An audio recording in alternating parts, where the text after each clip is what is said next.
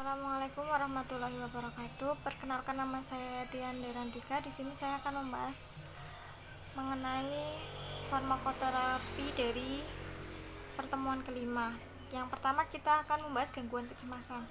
Kecemasan sendiri adalah suatu keadaan khawatir yang mengeluhkan bahwa sesuatu yang buruk akan segera terjadi. Etiologinya sendiri yaitu yang pertama berkaitan dengan perspektif psikoanalisis, yaitu konflik yang tidak disadari antara ego dan impuls-impuls yang biasanya bersifat seksual atau agresif. Berusaha untuk mengekspresikan diri, namun ego tidak membiarkan karena tanpa disadari ia merasa takut terhadap hukuman yang akan diterima.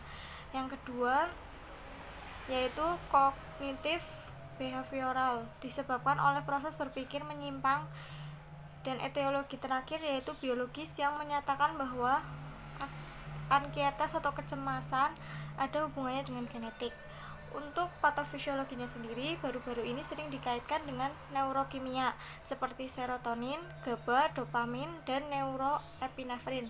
Setiap bahan kimia memiliki peran yang sangat berbeda, namun sama pentingnya dalam meregulasi kecemasan. Tingkat ansietas atau kecemasan ada 4. Yang pertama, kecemasan ringan, yaitu menyebabkan seseorang menjadi waspada dan meningkatkan persepsinya. Dan yang kedua ada kecemasan sedang, yaitu untuk memusatkan hal yang penting sehingga seseorang mengalami perhatian yang selektif. Dan yang ketiga ada ansietas berat, yaitu tidak dapat berpikir tentang hal lain. Dan yang keempat ada tingkat panik, yaitu terpengaruh ketakutan dan teror. Lalu kita akan membahas yang kedua, yaitu gangguan tidur terlebih dahulu. Tidur adalah proses yang dibutuhkan otak untuk berfungsi secara tepat. Keseriusan dari gangguan tidur tidak diketahui oleh masyarakat umum karena mereka menganggap hal ini tidak berbahaya. Untuk etiologinya sendiri ada 3 faktor. Yang pertama, faktor biologis. Faktor biologis itu pola tidur yang mencangkup durasi dan waktu tidur diatur oleh banyak gen dan bersifat diwariskan. Dan yang kedua ada faktor psikologis. Gejala yang umum pada berbagai gangguan psikiatri, contohnya gangguan cemas, gangguan makan, gangguan afektif, dan sebagainya. Dan yang terakhir ada faktor sosiodemografik. Biasanya timbul ketika sedang mengalami stres, contohnya masalah pekerjaan atau apapun itu. Lalu kita beralih ke patofisiologinya. Salah satu model yang digunakan untuk menjelaskan patofisiologi gangguan tidur adalah model neurokognitif. Model ini menerangkan bahwa faktor predisposisi, presipitasi, dan perpetuasi serta neurokognitif adalah faktor yang mendasari insomnia dan menjadikannya gangguan kronik. Untuk penata laksanaannya dari gangguan tidur ini, American Family Psychiatry baru-baru ini mendorong klinis untuk mengurangi penggunaan obat-obatan dalam tata laksana gangguan tidur.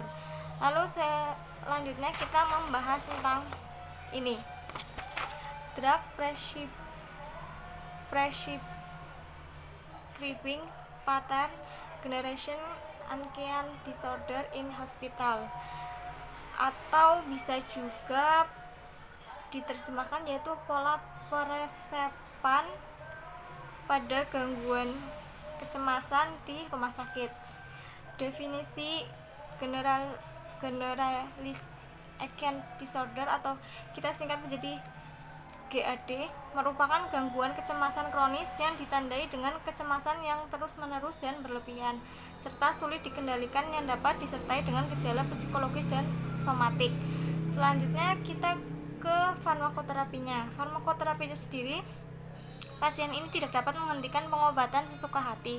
Ketika farmakoterapi sedang berlangsung, mereka membutuhkan waktu sembuh total dari penyakit ini. Durasi pengobatan pada pasien GAD adalah 6-24 bulan hingga gejalanya teratasi baik hanya dengan farmakoterapi atau dengan tambahan non-farmakoterapi. Obat yang digunakan yaitu alprazolam, clobazam, lorazepam. Untuk faktor-faktornya sendiri yaitu ada usia, yaitu rentang antara umur 46 tahun sampai 51 tahun. Yang kedua ada jenis kelamin. Perempuan itu lebih cenderung untuk menderita penyakit ini. Lalu yang ketiga ada jenis pekerjaan, yaitu sektor swasta. Sekian penjelasan singkat mengenai pertemuan 5. Terima kasih. Wassalamualaikum warahmatullahi wabarakatuh.